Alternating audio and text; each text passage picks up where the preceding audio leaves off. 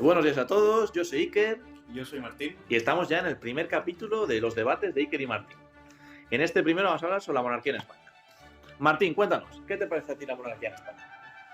Bueno, la monarquía, Iker, es una institución, yo creo que de las más relevantes hoy en día en el panorama político estatal español, debido a su gran trascendencia a la hora de solventar conflictos territoriales y de carácter político a nivel general, y en segundo lugar, debido a la gran red de relaciones internacionales y los beneficios que eso reporta para el país.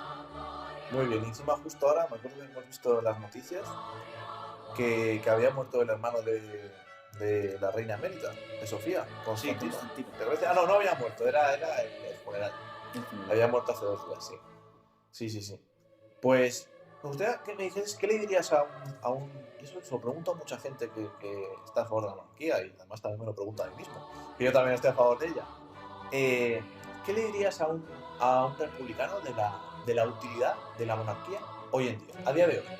Visto esto, Claro, mucha gente, ves la tele y tal y ves los escándalos de corrupción, o que si el rey Juan Carlos se lleva dinero, o que si Froilán o tal, pues tiene una vida así como desenfrenada, y sobre todo, claro, al final, como le estamos pagando entre todos, pues mucha gente hace que la monarquía no la vea con buenos ojos, ¿no? es algo que pasa en España. Bueno, yo en primer lugar creo que hay que separar, en cierto modo, yo creo que es importante separar lo que es la institución de la monarquía y por otro lado, quién dirige o los miembros de la familia real, es decir, el rey, su familia, y estabas hablando de Froilán. Froilán es sobrino del rey. Yo creo que hay que distinguir entre la institución, y yo creo que los monárquicos defendemos la necesidad de que exista la institución monárquica. Y en segundo lugar, el comportamiento más o menos reprochable de los miembros que pertenecen a esa institución. Entonces, yo creo que lo que le diría a un republicano sobre la monarquía, y por qué creo que es un elemento clave en la configuración de nuestro Estado, es que por así decirlo, vamos a ser un poco claros, no vamos a explicar cosas muy técnicas.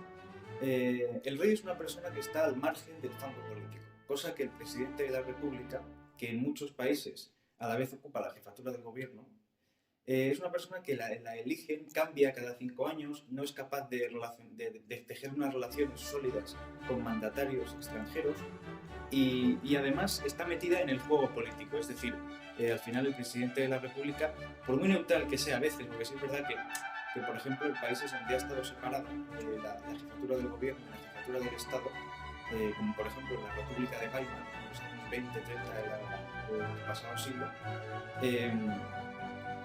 que intentaban, pues con el mariscal Hindenburg, intentaban crear una figura un poco neutral, pero al final es una persona que está integrada en el juego político y por lo cual no es capaz de, digamos, aportar esa serenidad que sí aporta el rey a la hora, pues eso, de, por ejemplo, mediar en asuntos de Estado, mediar entre los políticos y otros, y sobre todo aportar soluciones desde la serenidad y desde la calma, de un trono en el que va a estar pues un largo periodo de tiempo, y absteniéndose de entrar en política ayuda a solventar los problemas de la política.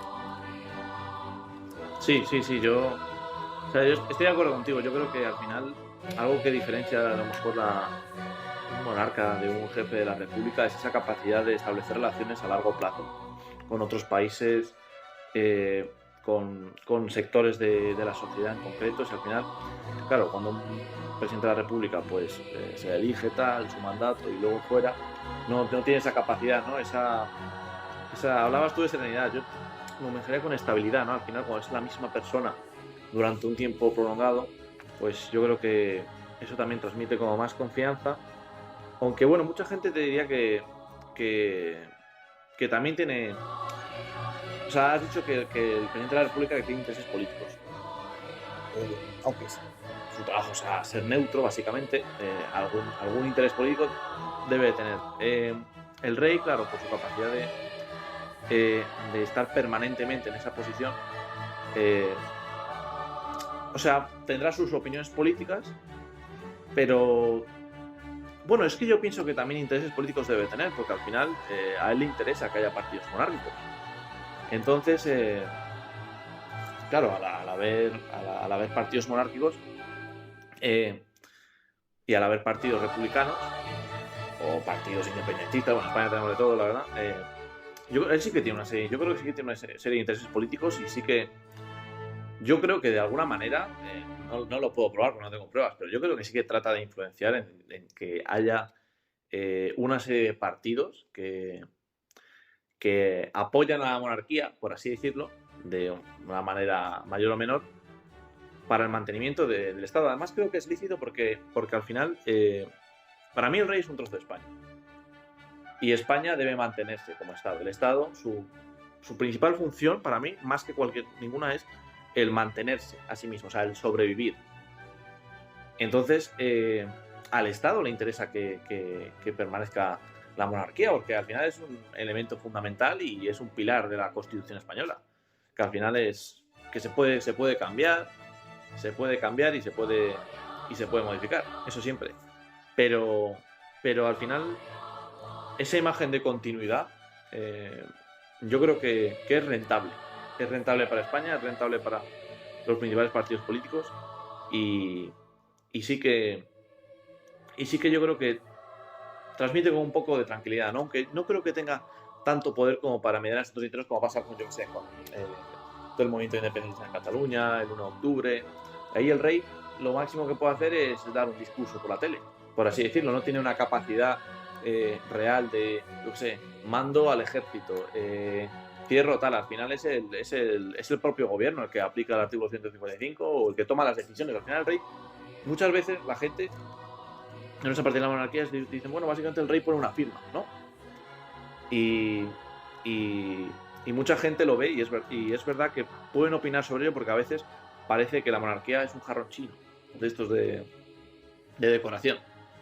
Y yo creo que eso se ha visto agravado por las corruptelas, no digo ya de Juan Carlos, de que pidió dinero de no sé dónde, consiguió dinero de cualquier lado, sino por otras figuras, Urdangarín, por ejemplo. Yo además pienso, y así como apunte, creo que Urdangarín habría sido una figura clave en la monarquía, porque al final Urdangarín es una persona reconocida en País Vasco, el territorio yo creo más antimonárquico de España.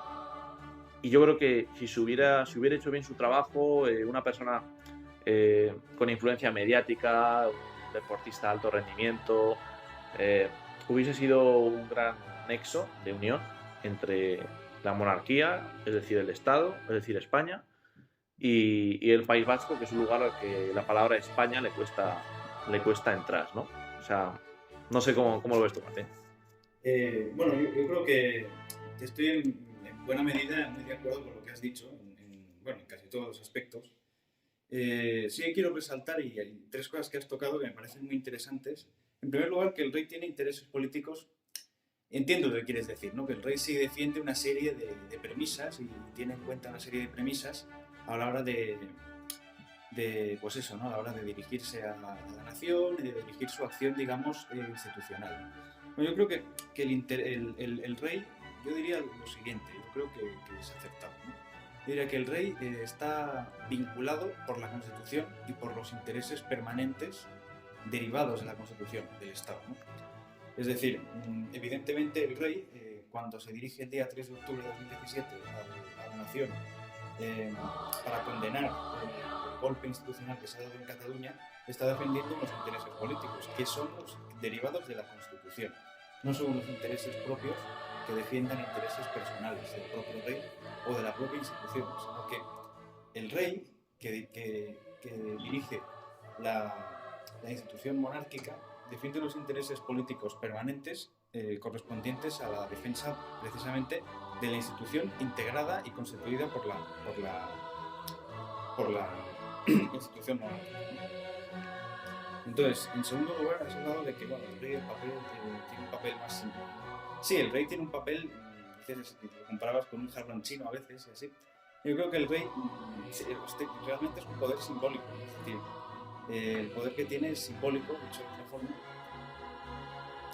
pero hay cosas que no son simbólicas, es decir, que el rey tenga una determinada relación con determinado líder político y que eso repercuta en la economía, porque repercute, al final el rey, el anterior, el rey emérito Juan Carlos I, tenía una buena relación con la monarquía de Arabia Saudita, y de esa relación estrictamente personal entre el rey y el rey español y el rey de Arabia Saudí se derivaban contratos, digamos, que aumentaban la competitividad de las empresas españolas, ¿no? en mercados internacionales. Entonces, es verdad que ostenta un papel simbólico. Todo el mundo dice, bueno, es una persona a la que le pagamos por representar a la marca España fuera. Es una persona a la que pagamos por relacionarse con gente, por un lado. Y por otro lado, tiene un papel de coordinar a las administraciones. Y como decías, firma las leyes. Sí, el rey firma las leyes, pero como es inviolable, los ministros que firman esas leyes, ¿no?, que pasan esas leyes al Congreso, son los que refrendan esas leyes, con lo cual el rey es un papel, el rey no firma las leyes, las firma, pero las refrenda a otra persona, con lo cual asume la responsabilidad a otra persona. Es decir, un papel puramente simbólico y nominal y derivado de otra época en la que el rey pues firmaba ostentaba el poder legislativo. Hoy en día el poder legislativo no lo ostenta el rey, pero sí eso sigue siendo pues una formalidad, meramente una formalidad. Entonces, jarrón chino, bueno, hay cosas que son claramente beneficiosas para España y quizá la gente no las percibe, pero yo creo que las empresas españolas sí que perciben, pues, digamos, la representación gratuita que lleva a cabo el rey en el exterior y ante otras empresas, ante otros gobiernos, y eso es algo que yo creo que se debe resaltar, porque al fin y al cabo que las empresas españolas sean competitivas genera actividad económica, y de esa actividad económica nos beneficiamos todos, ¿no? Y en tercer lugar, algo que evidentemente es un despropósito, y que es los escándalos de corrupción que sacuden actualmente a la monarquía, ¿no? Es decir, el yerno del rey ha estado en la cárcel, como decías, Nicolás Marín, la infanta Cristina, pues bueno, involucrada también en los asuntos de su marido, el rey Juan Carlos actualmente residiendo en Abu Dhabi, prácticamente en un exilio forzoso, un exilio, bueno, como queramos llamarlo, forzoso, fuera de España, pues, como percibe todo el mundo, como seguramente es verdad, para evitar el foco y para evitar seguramente la justicia. ¿Qué debo decir sobre eso? Pues me remito un poco a lo que he dicho antes, no hay que diferenciar la institución monárquica y sus beneficios, y después evidentemente hay que crear mecanismos más efectivos para garantizar una mayor transparencia de la institución. Y eso están de acuerdo todos desde hace tiempo, todos los actores políticos, y se han dado pasos para aumentar la transparencia de la institución, ¿no? Evitar que vuelvan a pasar pues, lo que hemos mencionado de cobro de comisiones, negocios privados del monarca. Entonces, bueno, no sé si pensarás, si igual tú crees que esto afecta directamente a la permanencia de la institución de la monarquía. Yo creo que simplemente es importante distinguir que una cosa sea válida, pero que haya que introducir reformas. Sí, Martín. O sea, yo creo que la parte simbólica, la parte que de verdad tiene un valor trascendental, es decir, al final la figura de la monarquía es una figura que no es nueva en España, ¿no? Siempre tiene un largo recorrido histórico y es algo que creo que se debe mantener por historia y por tradición. Al final, Tú no puedes sacarte una monarquía de debajo de la alfombra. Tú tienes una monarquía o no la tienes. Y en España la tenemos. Y yo creo que forma parte de nuestra historia y nuestra tradición. La gracia que tienen las tradiciones es la de mantenerlas en el tiempo. Eso es lo bonito de esas tradiciones en sí. Bueno, luego también a mí me parece obvio, estoy de acuerdo contigo, que los intereses del rey, por ejemplo, las amistades que tiene en Arabia Saudí, han sido claramente beneficiosas para las empresas españolas, para el Estado español. Creo además que una monarquía cuenta con una ventaja competitiva respecto a un presidente de la República. Al final, si tú estás durante un tiempo indefinido hasta tu defunción, manteniendo esa relación, pues se puede acrecentar y se puede mejorar.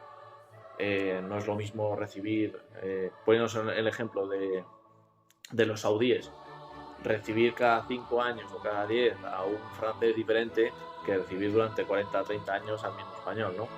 Eso yo creo que marca la diferencia y es cuando de verdad se puede crear una amistad, porque yo creo que lo que tiene el rey Juan Carlos y otros jefes de Estado no tienen amistades, ni siquiera hay relaciones, son amistades reales que al final, además de ser una amistad para la propia persona, pues tiene buenas consecuencias para las empresas españolas, etcétera. Bueno, destacando el AVE La Meca, eso es lo que se conoce, pero luego hay un montón de empresas españolas que se benefician, no solo de esa relación, sino de las que ha ido tejiendo Juan Carlos, ¿no? Luego es verdad que sí, que hay un daño reputacional cada vez que sale algo de corrupción, ¿no? Pero bueno, también es algo que desgraciadamente en España pasa cada 2 por 3, ¿no? Por telas y tal, por sus partidos políticos, pues saben mucho de ello. Yo creo que es algo que es verdad que se debe mejorar. Muchas veces se utiliza la monarquía como cortina de humo de otras corrupciones, es decir, de otras tramas de corrupción, mejor dicho. Pero hablando así de Juan Carlos I, yo creo que es obvio y seguramente compartas conmigo que su legado desde que es rey hasta el día que dejó de serlo, bueno, es rey emérito, pero de ser el rey de España y se fue a Abu Dhabi, digo Arabia Saudí, es muy bueno, muy positivo, muy positivo. ¿Tiene aspectos negativos? Bueno, pues como todo, ¿no? Nadie es perfecto, pero los aspectos positivos son infinitamente superiores a los aspectos negativos, por mucho que muchos quieran entristecer el gran legado que ha dejado, ¿no? Mancharlo de negro, por así decirlo. Además que la monarquía se demuestra útil, yo creo. Cuando la gente se queja de la utilidad de la monarquía en España, yo creo que es porque desconoce realmente las funciones que hacen, no siguen la agenda de la Casa Real. Se creen que el rey a lo mejor es un tío que está sentado en la zarzuela o en el pardo, mejor dicho, en el pardo, sin hacer nada, comiendo en la zarzuela, sí, sin hacer nada. Entonces, lo desconocen porque al final el rey está viajando por cada 2 por 3 por muchos sitios, promocionando fundaciones españolas, empresas españolas, relacionándose con diferentes líderes de otros países. Yo creo que es algo que la gente debería tener en cuenta, pero la verdad es que no hay una formación en concreto, ¿no? Yo soy partidario de que en la educación obligatoria haya una asignatura que englobe los contenidos de la Constitución, es decir, una asignatura relacionada con el derecho, en la que la gente, claro, la tienes que meter en la ESO para que sea obligatoria, ¿no? Se puede escaquear, para que la gente entienda qué es España, cuál es nuestro modelo, qué son nuestras instituciones, qué hacen nuestras instituciones, para qué sirven, por qué están, etcétera, etcétera, etcétera. Y yo creo que la gente tenía más sentido de Estado, más conocimiento de Estado. Y yo creo que es algo muy fructífero. Además que la monarquía en España tiene un largo recorrido histórico, larguísimo recorrido histórico. Y no se entiende, yo creo que no se puede entender la historia de España, bueno, no es que no creas, que no se entiende la historia de España sin la monarquía. Es verdad que mucha gente dice, bueno, son tiempos modernos, lo que decías tú antes, el monarca tenía otra serie de funciones, otra serie de poderes, llegando en algunos periodos de la historia a ser absolutos, absolutamente absolutos, a lo mejor dicho, y que ahora, pues en esta división de poderes, en las que tenemos las democracias liberales, y nuestra monarquía parlamentaria, pues tiene mucho menos poder, ¿no? Entonces es algo que mucha gente dice, bueno, pues como tiene menos poder, pues ¿para qué está, no? Yo creo que lo más bonito que puede hacer un país es preservar su historia, y la monarquía, por tanto el rey, es parte de su historia. También pienso que los miembros de la familia real deben tener un comportamiento ejemplar, están expuestos a una mirada pública, al escrutinio público por su deber, por su condición.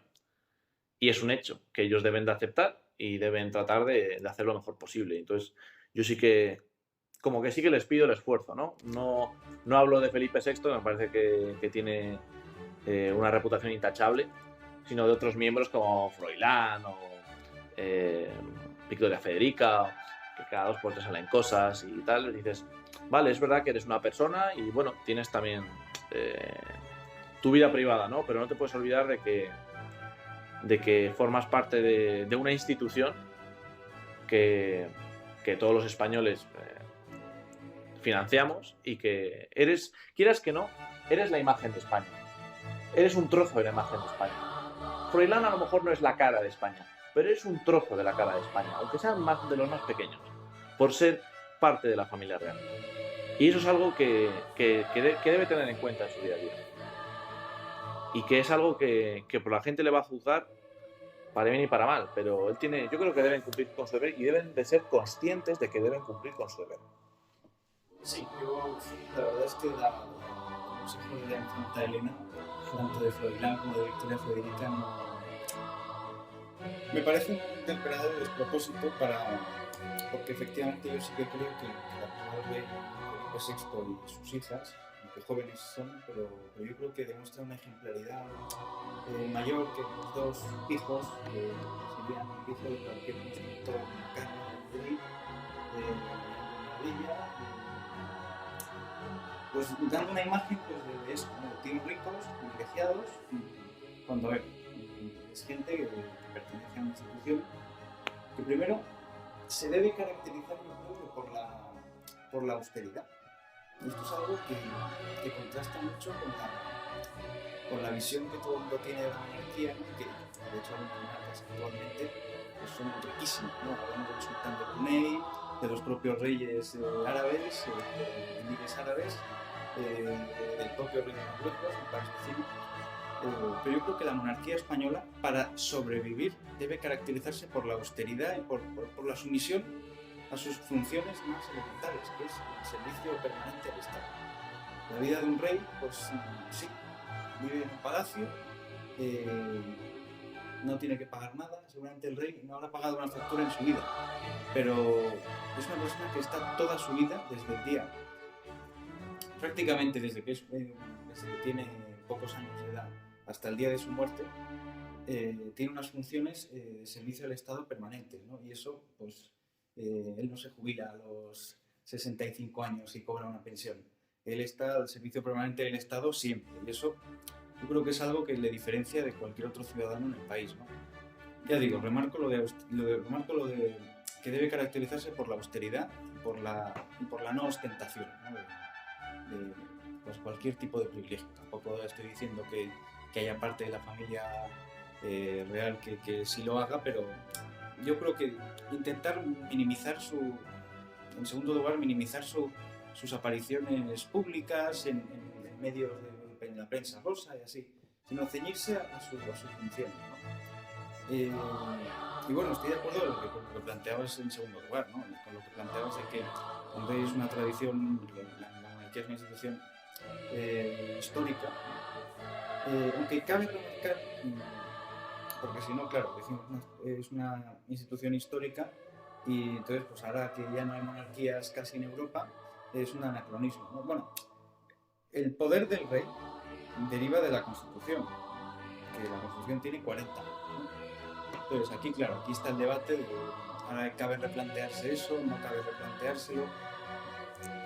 Yo creo que sí hay que plantearse lo que se plantee, pero los beneficios que hemos comentado ahora, yo creo que son completamente decisorios en la necesidad de la continuidad de la institución, ¿no?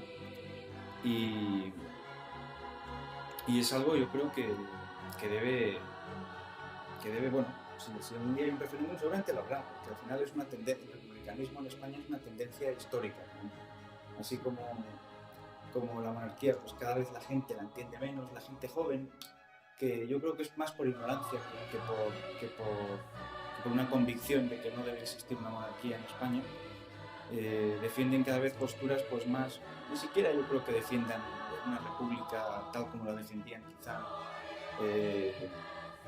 en el siglo pasado, ¿no? La Segunda República o así, sino defienden pues un poco pues prefiero a un tío nacido en no sé dónde, que sea un tío que va por interés político y tal, que a una persona pues como es el rey, el servicio permanente del Estado. Yo creo que unas características, este rey, unas características personales, yo creo que excepcionales.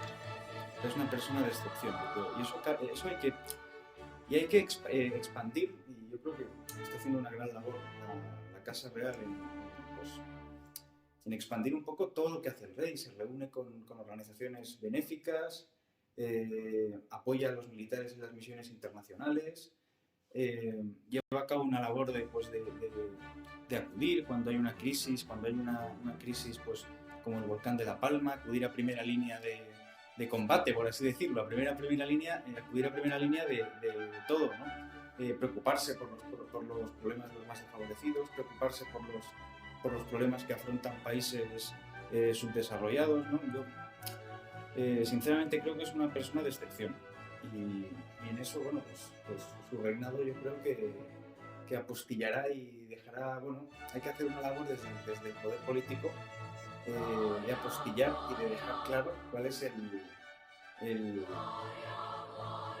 papel que juega trascendental, que juega el rey Felipe VI en el marco actual. Sí, yo creo que, muy hilando todo lo que has dicho, Martín, que me parece correcto, así es como lo definiría. Yo creo que sí, además creo que, fíjate cómo lo diría, tenemos suerte de tener a Felipe VI. O sea, tenemos suerte de que la persona que es Felipe VI sea Felipe VI. Y yo creo que va a desempeñar bien su labor. Apunta maneras, como diría yo, y apunta de las buenas. Luego, hablando de austeridad, así como recordar, Felipe II, que probablemente haya sido el rey más poderoso de la historia, probablemente, o de los reyes más poderosos de la historia, no digo ni siquiera de España, sino del mundo, por las posesiones que tenía, por la capacidad de conquista, por la cantidad de tropas que tenía a su disposición y las cantidades de riquezas que atesoraba. Era un rey muy austero, se vestía siempre de negro y no llevaba joyas ni avalorios, a pesar de su poder. Que muchas veces la gente, cuando dices el rey tal, pues se creen que eso es una persona con una corona de oro sentada en un sillón que no hace nada nunca, ¿no? Luego es verdad que claro, es una parte esencial de la Constitución española que cumple 40 años. Habrá mucha gente que le guste, le deje de gustar, le gusten más artículos, menos. Yo creo que lo bueno que tiene la Constitución es que consigue sentar unas bases de convivencia entre diferentes. Y es algo que se debe mantener. Y el rey es una parte de la Constitución. Y yo sí que creo que un referéndum de monarquía-república que se podría dar, o se podrá dar en el futuro, también te digo que no lo creo y no lo espero. Espero que no. Y no creo. Porque ya pondrías en cuestión lo que es España hoy en día. Pondrías ya en cuestión la Constitución, la división de poderes. Te estarías metiendo, por así decirlo, en un fregado que te lo puedes ahorrar muy fácilmente. Además que lo que tú decías, que hay un montón de ignorancia, que la gente pone la tele y se cree que los problemas suyos reales, es decir, la culpa de sus problemas es el rey de España o cualquier cosa que ven en la tele, o que un caso de corrupción es la causa de todas sus desgracias de la vida. Y es más fácil echar las desgracias a otros que a ellos mismos, o a cosas que realmente les hayan provocado malestar. Entonces, claro, al final, juntando un montón de aspectos como la ignorancia, luego un republicanismo radical, luego, claro, mucha gente que a lo mejor vivió en la Segunda República, pues puede decir, pues en la Segunda República pues pasó esto, tal, y estoy orgulloso. Prácticamente ya nadie vivo ha vivido la Segunda República, poca gente por lo menos, y los que están vivos tendrían muy poca edad como para tener uso de razón para valorar el bien o el mal de ella. De la Primera República ni te cuento, eso ya están muy enterrados, aparte de que duró tan poco que, en fin. Entonces, yo además pienso que los experimentos de república en España se han tornado fallidos. Los dos históricamente se han tornado fallidos. La Primera República duró prácticamente nada, un año y poco, y la Segunda República luego trajo una guerra civil en el que ganó un bando y luego se una dictadura. Es decir, pasamos de tener monarquía a tener Segunda República, guerra civil y dictadura. Es decir, que yo sí que creo que la monarquía históricamente da estabilidad. Te puede gustar más o menos, eso es verdad. Y yo estoy de acuerdo en que debe tener una transparencia y se les debe exigir que cumplan con su deber. Luego también hay gente, lo que decías de los jóvenes y tal, sí que hay gente que es un argumento que, claro, bueno, es muy aceptable. Y dice, ya, pero es que yo prefiero votar. Y dice, mucha gente piensa, vivo una democracia y quiero votar a quien me va a representar como jefe del Estado. Y es muy lícito. Es muy lícito porque al final el poder elegir es siempre una opción mejor, por lo menos desde un punto de vista individual, que la mera imposición. La cosa es que en la monarquía, en este tema, en esta institución, hay que mirar más allá, ¿no? Es decir, a mí si me dicen de cualquier cosa en la vida, oye, ¿prefieres que te lo imponga o que lo puedas elegir? Que puedas elegir opciones. Pues lo más normal, lo más probable es que yo y la mayoría de gente diga, pues prefiero elegir opciones, para elegir la que mejor me parezca a mí. Porque a lo mejor la impuesta no me parece bien. Además que el mero hecho de que le impongan o algo, pues ya genera como rechazo del principio, ¿no? Pero con el tema de la monarquía hay que mirar más allá, hay que tener, lo que yo digo, visión de Estado.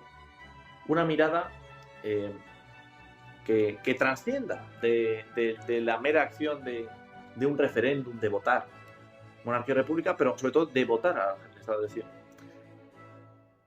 a veces hay que ver por el bien común de España. Y yo no digo que ahora mismo una tercera república fuese el fin del mundo en España. Yo no puedo predecir el futuro ni sé lo que pasaría o dejaría de pasar. Sé que los experimentos de república en España han sido fallidos y han tenido consecuencias desastrosas, muy desastrosas. Pero lo que sí sé es que es una cuestión que en el día a día del ciudadano medio español no le va a cambiar la vida. Ni a mejor ni a peor. Y además creo totalmente seguro que la figura del monarca, esa visión a largo plazo, eso es lo que hablábamos antes, esas relaciones a largo plazo que puede tejer, esa estabilidad, esa trascendencia, esa continuidad histórica, esa parte de nuestra historia, de nuestra tradición, vale más que la otra opción. Y es una opción que está ahí, pero que no puedes crear de la nada. No te puedes sacar una monarquía de la nada, porque no tendría sentido.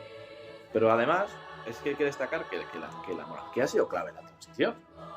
Por lo menos desde mi punto de vista. Yo pienso que ha sido clave la transición de una dictadura a una democracia, que no es una tontería lo que estamos hablando. Es un acontecimiento absolutamente histórico. Además, muchos países destacan la transición española como ejemplar, porque fue una transición limpia, por así decirlo, donde gente que se odiaba a muerte, pues pudieron sentarse, por lo menos, hablar y firmar un documento. Gente que hace nada estaban pegándose a tiros o matándose entre ellos. Y creo que la figura del monarca fue, en este caso Juan Carlos I, fue absolutamente vital para ello. Y es el problema, yo creo, el problema que hay es que las nuevas generaciones que no han vivido esto no lo valoran. Hay gente que no hace falta que lo haya vivido para valorarlo, pero la mayoría que no lo han vivido no lo valoran. Y eso es un gran problema, sobre todo porque la España del futuro la construimos los jóvenes de hoy.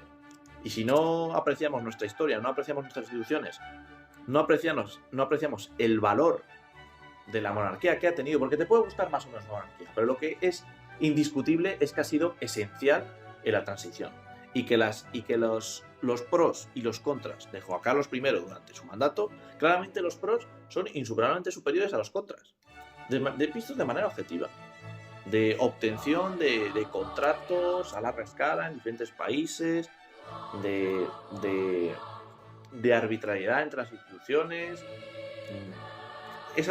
Yo pienso sinceramente que es algo que no debería ni siquiera ni plantearse. Es lícito planteárselo, pero el plantear creo que es muy egoísta, muy egoísta unido a la ignorancia del concepto de monarquía, la simple expresión de yo prefiero votar porque para eso vivo una democracia. creo que es lícito, creo que se podría defender, pero creo que la defensa acabaría cayendo porque hay que tener una visión mayor de Estado. Esto es como cuando pasa con los políticos, ¿no? Que gobiernan 4 años o 8 o el mandato que les toque que dure, si ganan elecciones o no, y pueden hacer dos cosas. Tratar de basar su legislatura en mantenerse en el poder, en intereses cortoplacistas, como el principal, que es mantenerse en el poder, o tratar de construir un país mejor y mirando a largo plazo.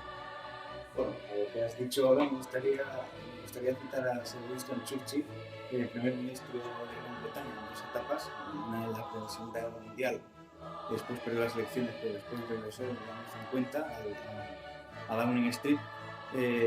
Hay dos clases de políticos, ¿no? Los políticos que piensan en las próximas elecciones y los políticos que piensan en las próximas generaciones. Sí, y yo creo que el rey, por así decirlo, lo pondría en el contexto en el que estabas hablando, el rey piensa en las próximas generaciones y los políticos, por desgracia, la mayoría de ellos piensan en las próximas elecciones, ¿no?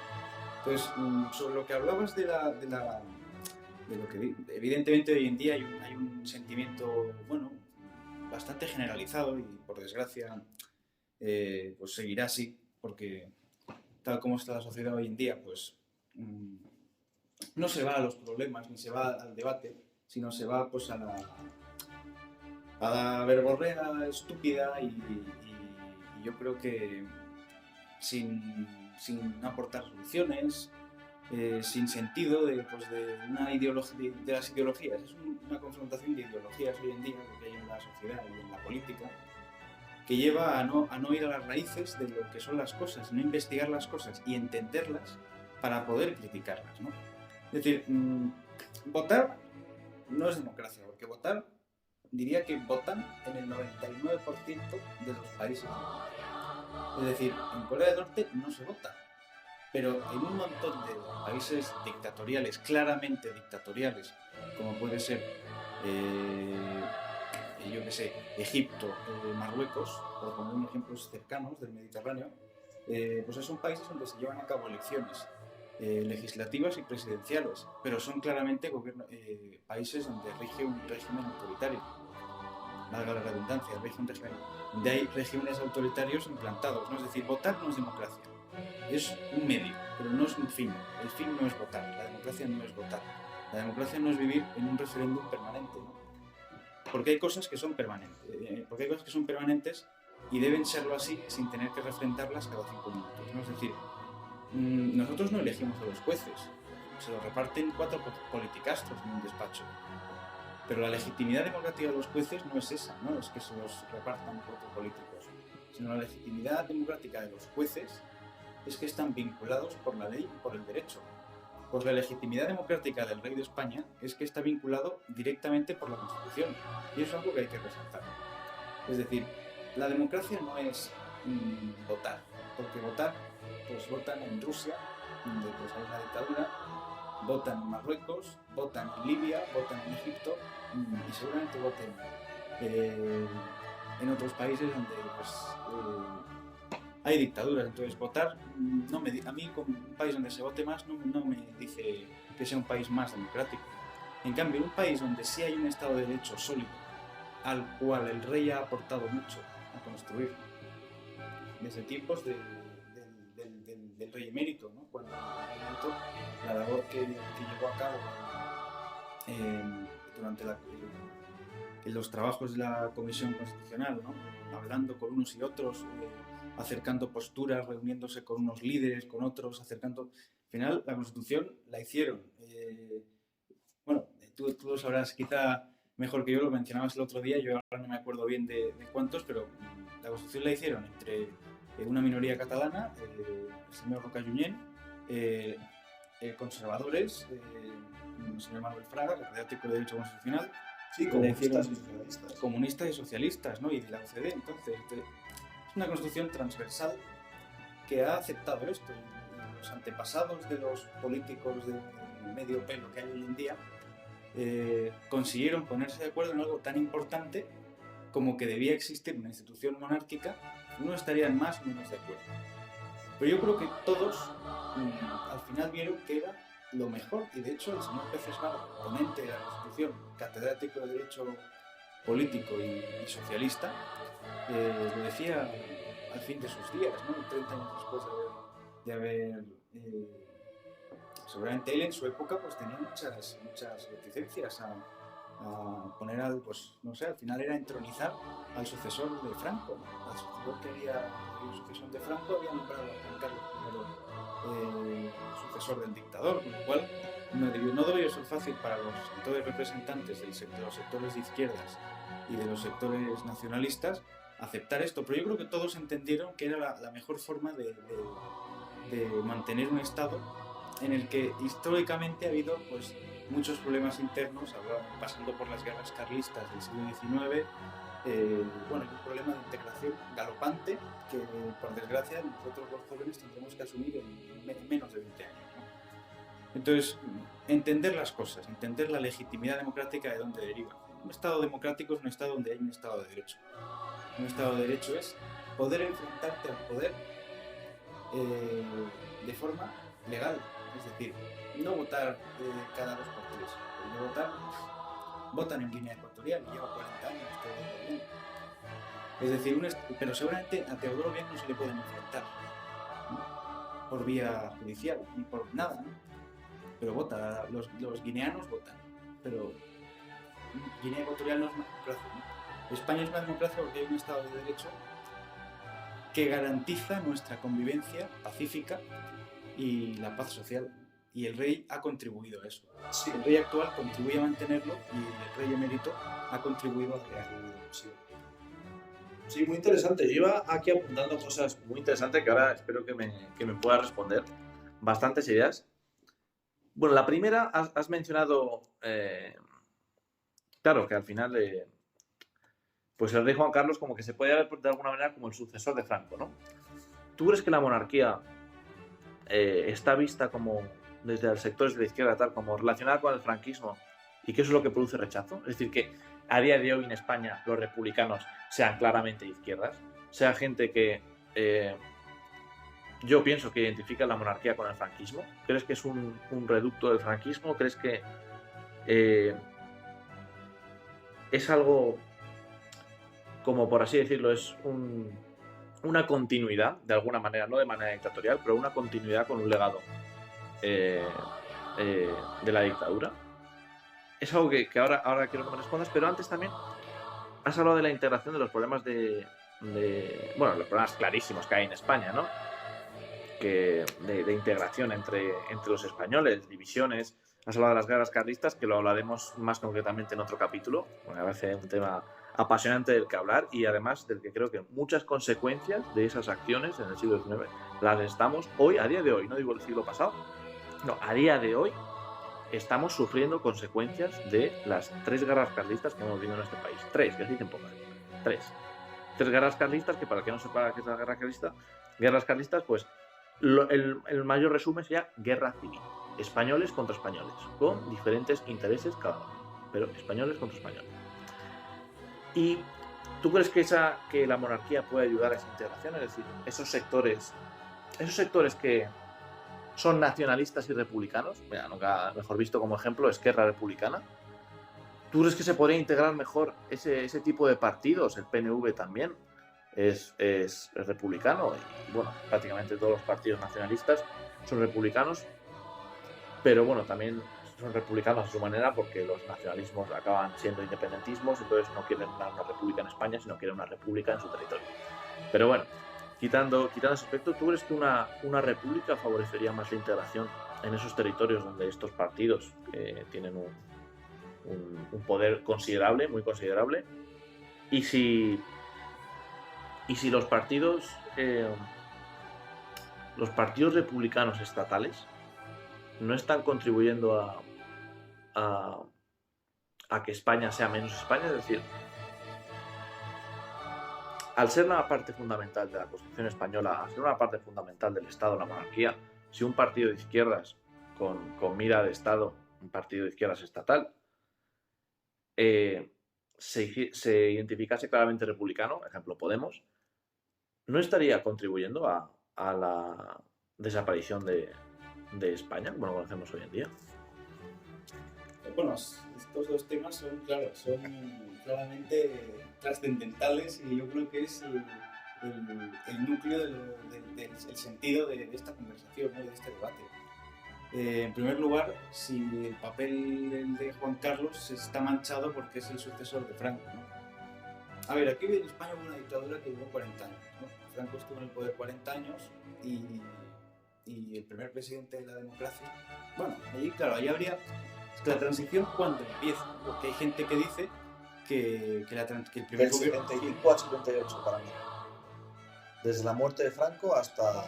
Claro, eso sería un periodo de transición pura y luego del 78 quizá al 81 sería una post-transición en la cual se van sentando pues un poco... Bueno, no, del 78 al 82...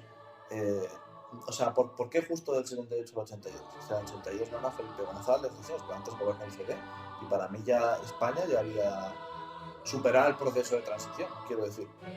Sí. Para mí la transición es en el momento en el que se plasma la Constitución española. Se plasma. Y ya de ahí todo lo que conlleva. Bueno, pues sí, seguro, yo estoy bastante de acuerdo con eso. Porque creo que la Constitución marca el inicio de la democracia y diría más que el proceso de transición lo tenemos que llamar el proceso que va desde la muerte de Franco a cuando ya hay una democracia, ¿no? Porque para eso la palabra transición es transicionar de un estado a otro, ¿no? Con lo cual, cuando ya hay una constitución y una democracia imperante, pues ya pierden sentido muchas cosas, como por ejemplo la explicación política de ETA pierde cualquier sentido con la plasmación de la Constitución y del inicio del periodo democrático que todavía hoy rige, ¿no? Entonces, si el papel de Juan Carlos está manchado, pues el primer presidente de la democracia, que es Adolfo Suárez, era secretario general del Movimiento Nacional, que era el partido, era la estructura política creada por Franco y... Es verdad, es verdad. Entonces, yo creo que a la gente no hay que juzgarlo por sus... ¿Crees que el franquismo el franquismo entendido como un movimiento apoyado por gente? ¿Crees que... Yo pienso que sí. ¿Crees que debía ser parte de ese proceso de transición? Bueno, la sociedad, al final, el franquismo, yo más diría que es una realidad social. Era una realidad social en la cual en el franquismo había, pues como en todas las dictaduras, el 95% de la gente pues lo que quería era vivir, le daba igual. Si gobernaban unos o gobernaban otros. Si estaba Franco o estaba Largo Caballero. Le daba absolutamente igual. Hombre, y luego había un 5%, como en todas las dictaduras, pues que parte de ese 5% es muy acérrimo al régimen y otra parte de ese 5% es muy contrario al régimen, ¿no? Pero en general la gente, pues... en democracia es igual. La gente lo que quiere es vivir bien. Le da igual que gobierne uno u otro. Lo que quiere es... pues ahorrar, comprarse pues, de una casa, tener hijos y tal, y poder, digamos, tener una jubilación tranquila.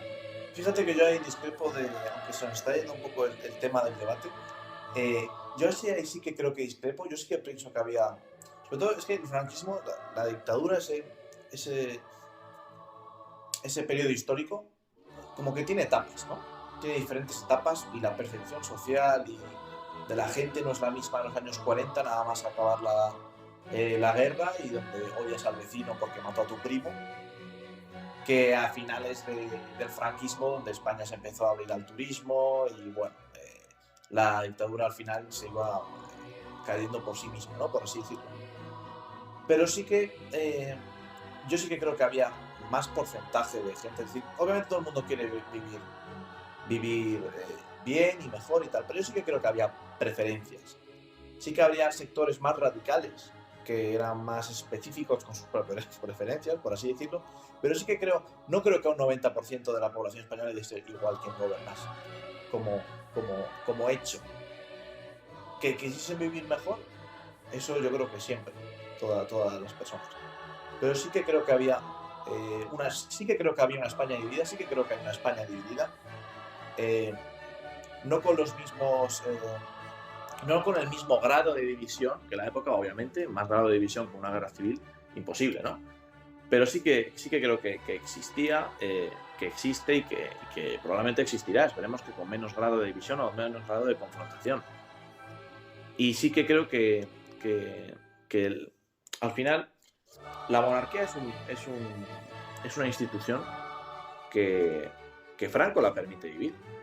Si Franco hubiese decidido acabar con la familia real y decapitarlos a todos, como se hizo en Francia, que se cargaron a toda la familia real, como se hizo en Rusia, ya no habría debate, ¿no? Es decir, yo creo que Franco utilizó la monarquía para sus propios intereses, más que la monarquía utilizar la dictadura para sus propios intereses. Por lo tanto, creo que la relación monarquía-franquismo no es correcta, porque al final fue yo creo que fue, y estoy seguro de que fue una manera de conseguir el apoyo de los monárquicos y ya está, y utilizar como títere a Juan Carlos. Por eso es más, lo educó él. Yo lo diría. Entonces yo creo que es por eso por lo que, pero genera rechazo, porque al final al ser una institución que podría haber sido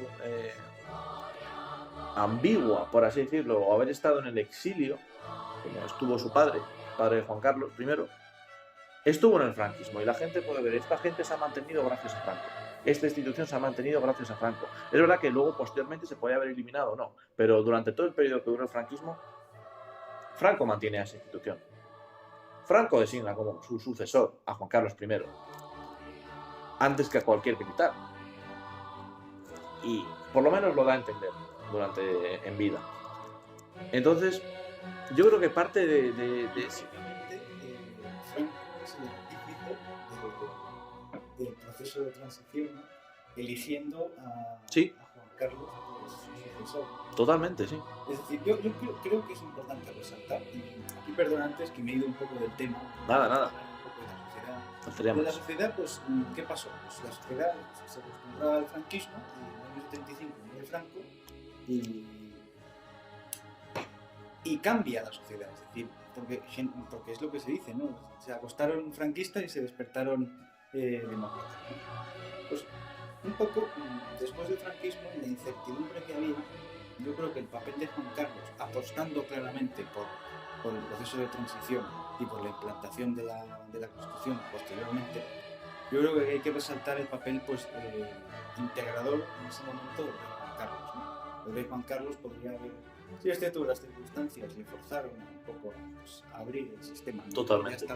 La juventud estaba en contra, ¿no? Al final la generación de nuestros padres ya era claramente una generación pues, que veía esto, pues, el sistema pues, lo veía pues, gerontocrático y yo creo que pues, fuera de lugar, ¿no? Completamente en casi pues, entrando a mitad de casi pues, en una etapa en la que ya pues, una dictadura pues, era algo ya anacrónico, ¿no? Curiosamente eso dicen de la monarquía hoy en día, ¿no? Es decir, al final la vida son ciclos y la sociedad pues, pasa por diferentes etapas, ¿no? Pero yo creo que haciendo un análisis histórico hay que resaltar el papel del rey Juan Carlos en ese momento, ¿no? Y al final que apostara claramente por la democracia es algo que yo creo que es merecedor de, pues desde luego, de un elogio histórico, ¿no? Sí, yo simplemente recalcar que yo sí que pienso, por ejemplo, cuando Franco, por así decirlo, echó al padre de Juan Carlos I, porque su padre tenía como idea, era como más liberal, tal, y no estaba de acuerdo con el establecimiento del franquismo, ¿no? Yo sí que pienso, decir, a la gente que piense que el franquismo, que la monarquía es parte del franquismo o que es un escoldo del franquismo, yo pienso que la monarquía estuvo secuestrada por el franquismo, de alguna manera. En la anterior dictadura que tuvimos, la dictadura de Primo de Rivera, el rey le dio su ok a Primo de Rivera, porque estaba en una situación, pues, la situación de España insostenible y tal, y él pues dio el ok, dio su ok para que estableciera la dictadura de Primo de Rivera. En este caso no fue así. Es decir, que Franco de alguna manera utilizó la monarquía para sus fines, y al final es normal que mucha gente relacione la monarquía con el franquismo y estén a favor del republicanismo. Tiene en parte sentido, pero deben de entender que la monarquía fue fue secuestrada, en mi opinión, por el franquismo, porque al final las órdenes estaban por la monarquía. Que sí, que tenían un buen nivel de vida, estaban mantenidos, todo lo que quieras. Pero ellos no daban las órdenes ni mandaban. Si hubiese mandado, pues hubiese sido rey, el padre de Juan Carlos, y hubiese ocurrido un montón de cosas. Sí que pienso que la monarquía puede suscitar en algunos sectores algún problema de integración en España. Es decir, no sé si España, siendo una república, si tenemos los problemas independentistas que tenemos. Yo creo que los tendríamos igual. Porque al final los partidos nacionalistas de este país rechazan la monarquía, obviamente, apoyan una república, pero apoyan una república en su territorio, de manera independiente, un territorio independiente. Es decir, que daría igual que fuese España una monarquía o una república, ellos serían independentistas, que es lo que son en el fondo. Al final la palabra nacionalista es una palabra más bonita que independentista. Nada más. Entonces yo sí que creo que el republicanismo es un movimiento que cada persona tiene sus circunstancias para justificar o no, en base a sus circunstancias, sus vivencias, etc. Pero lo que es indudable es que la monarquía integra a España. Integra a España porque la monarquía es un trozo de España y un trozo de todos los territorios de España. Es una persona que va a representar a cada uno de los territorios independientemente de quién gobierne en ellos. Que eso es algo que no se ve, que no se valora. Creo que la sociedad no acaba de dar el clic en ese aspecto. Y creo que cualquier ataque contra la monarquía es un ataque contra la unidad de España en general. Porque los partidos que quieren romper la unidad de España están totalmente en contra de la monarquía. Sí, es un pilar absoluto de España. Cuando se ataca al rey, en el fondo se está atacando a la unidad de España. Y se está atacando al símbolo que representa los poderes de la Constitución, pues símbolo de la independencia del Estado. Y eso está claro, o sea, la monarquía está bajo ataque, ¿no? El Estado español está bajo ataque desde dentro de España, desde las instituciones, además, que es más grave, ¿no?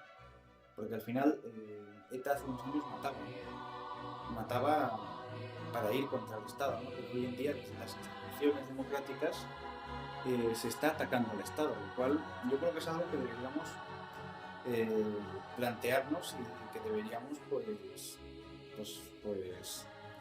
pues plantearnos seriamente que si es legítimo que se haga o no es legítimo, ¿no? Pero me gustaría ir a un tema que hemos tratado antes y que tú has ido atacando después, ¿no? Es la integración del Estado y el papel que juega el rey, ¿no? Bueno, el rey es una persona que yo creo que contribuye muy especialmente a la integración, pues, cultural, social, política,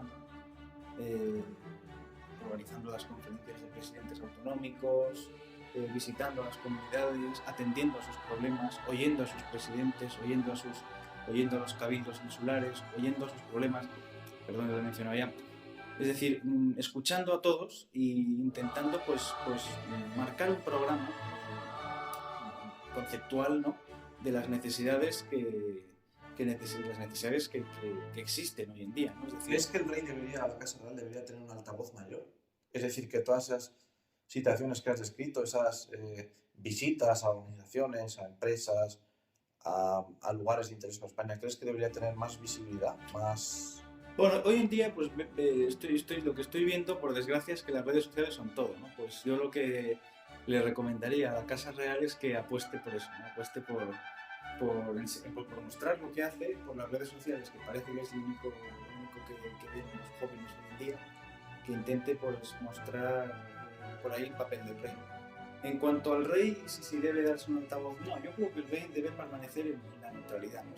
Si se le diera un altavoz mayor, de que saliera por la televisión cada día hablando de que esta comunidad necesita, ahí ya entrarían un poco en el juego, sin quererlo igual, pero en el juego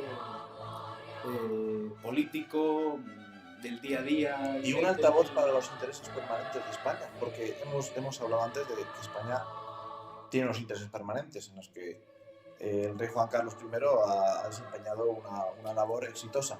¿Crees que se debería, por ejemplo, esto así, por concretar en un ejemplo, ¿no? Esto de la relación del rey Juan Carlos con los saudíes, tal, que, pues, que se han conseguido diferentes contratos, tal, yo no lo he visto que haya habido una exposición mediática o pública de las cosas buenas que ha hecho el rey Juan Carlos durante su mandato.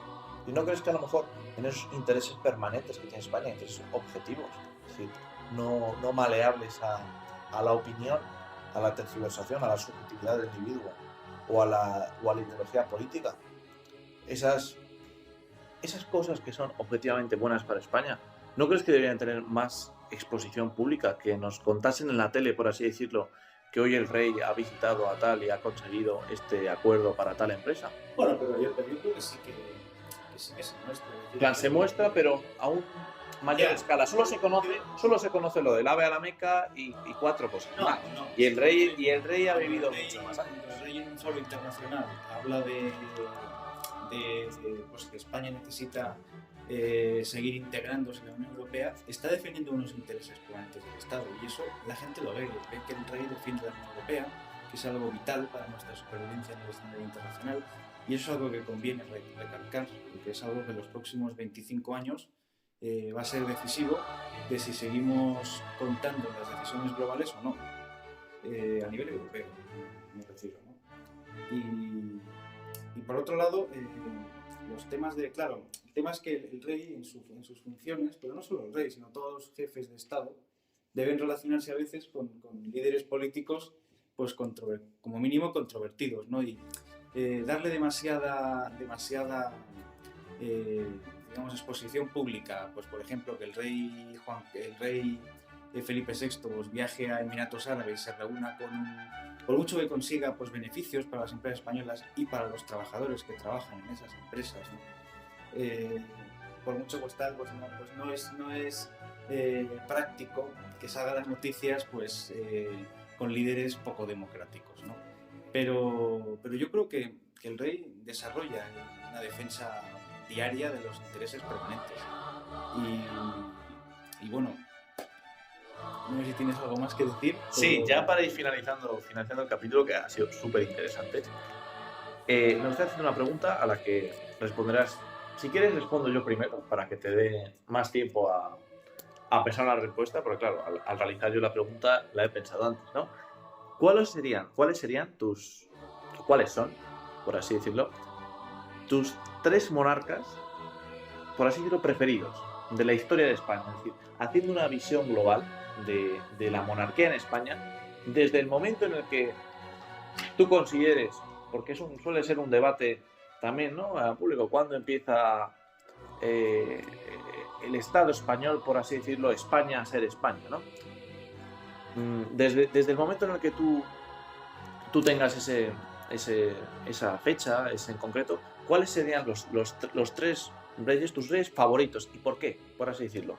La palabra favorito en cuanto a los que tú destacarías más, en singular, ¿y por qué? Yo, si quieres, empiezo respondiendo a la pregunta. Sí.